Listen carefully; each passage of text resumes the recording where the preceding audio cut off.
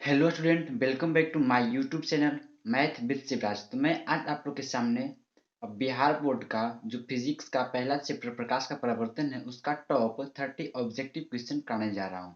ये आपका objective question जो आने वाले बिहार बोर्ड का 2024 का एग्जाम है उसमें आपके लिए हेल्पफुल रहेगा। तो पहला क्वेश्चन क्या है कि समतल दर्पण द्वारा परिणाम प्रतिबिंब होता है। तो समतल दर्पण द्वारा जो प्रतिबिंब बनता है, पहला ऑप्शन क्या है वास्तविक संख्या, दूसरा क्या है काल्पनिक सॉरी वास्तविक प्रतिबिंब, दूसरा काल्पनिक प्रतिबिंब, तीसरा क्या है दोनों क और ख, चौथा इनमें से कोई नहीं। तो इसमें होगा क्या काल्पनिक प्रतिबिंब, जो कि समतल दर्पण द्वारा बनता है। कौन सा बनता है काल्पनिक प्रतिबिंब। दूसरा क्वेश्चन क्या है परावर्तन का कोण होता है। पहला ऑप्शन इसमें क्या है आपतित किरण और दर्पण की सतह के बीच का कोण।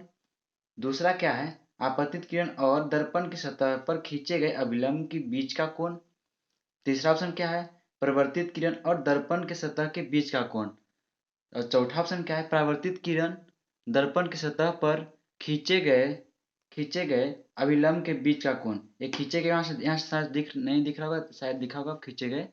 अब देखिए खींचे गए अभिलंब के बीच का कोण। तो देखिए बोल रहे परावर्तन कोण ना, तो यहाँ पर देखिए थोड़ा समझाया गया है कि परावर्तन कोण है क्या चीज। देखिए परावर्तन कोण क्या है, तो परावर्तन कोण देखिए आप ये फिगर ड्रा किए।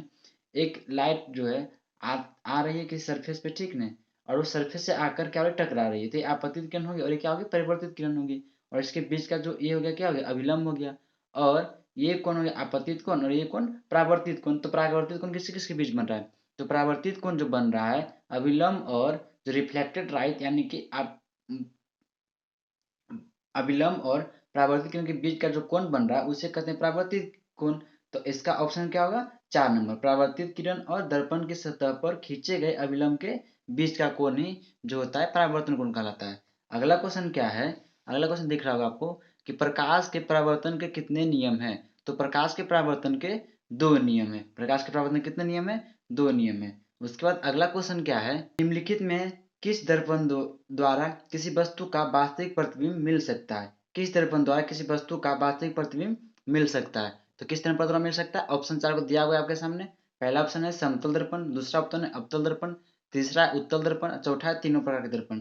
तो इसका आंसर होगा अवतल दर्पण द्वारा, यानी कि अवतल दर्पण द्वारा जो होता है किसी वस्तु का वास्तविक प्रतिबिंब मिल सकता है, ये ऑप्शन होगा।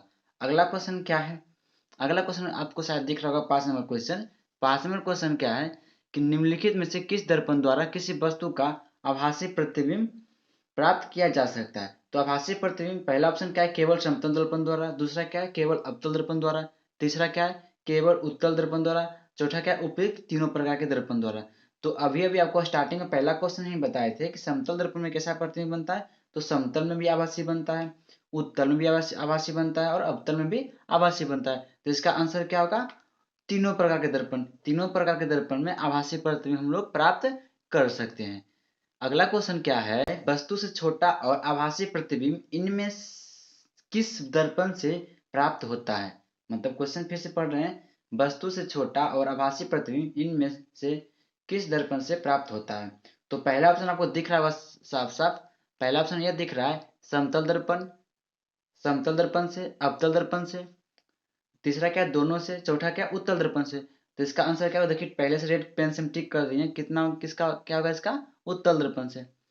क्वेश्चन नंबर 7 क्या है 7 दिख रहा है निम्नलिखित में से निम्नलिखित में किस के द्वारा एक बिंदु स्रोत से समांतर किरणपुंज मिल सकता है। तो किससे मिल सकता है अवतल दर्पण से, किससे मिल सकता है अवतल दर्पण से मिल सकता है। अगला क्वेश्चन क्या है कहा कहाँ पर स्थित होने से वस्तु का प्रतिबिंब अवतल दर्पण के फोकस पर बनता है। तो इसका ऑप्शन फिर देखिए 4 ऑप्शन दिया हुआ है फोकस पर, बकतरा केंद्र पर, ध्रुव पर और अनंत पर। इसका आंसर क्या होगा अनंत पर, क्या होगा अनंत पर। अगला क्वेश्चन क्या है अवतल दर्पण की फोकस दूरी उसकी वक्रता त्रिज्या क्या होती है आधी होती है। अवतल दर्पण की फोकस दूरी उसकी वक्रता त्रिज्या की क्या होती है आधी होती है। अगला क्वेश्चन क्या है क्वेश्चन नंबर 10, क्वेश्चन नंबर 10 दिख रहा होगा आपको कि एक अवतल दर्पण से, देखिए यहाँ पर क्वेश्चन दिखा रहे हैं आपको, ये थोड़ा सा ब्लर हो जा रहा है, मतलब फोन का कैमरा जो है ये ब्लर कर रहा है।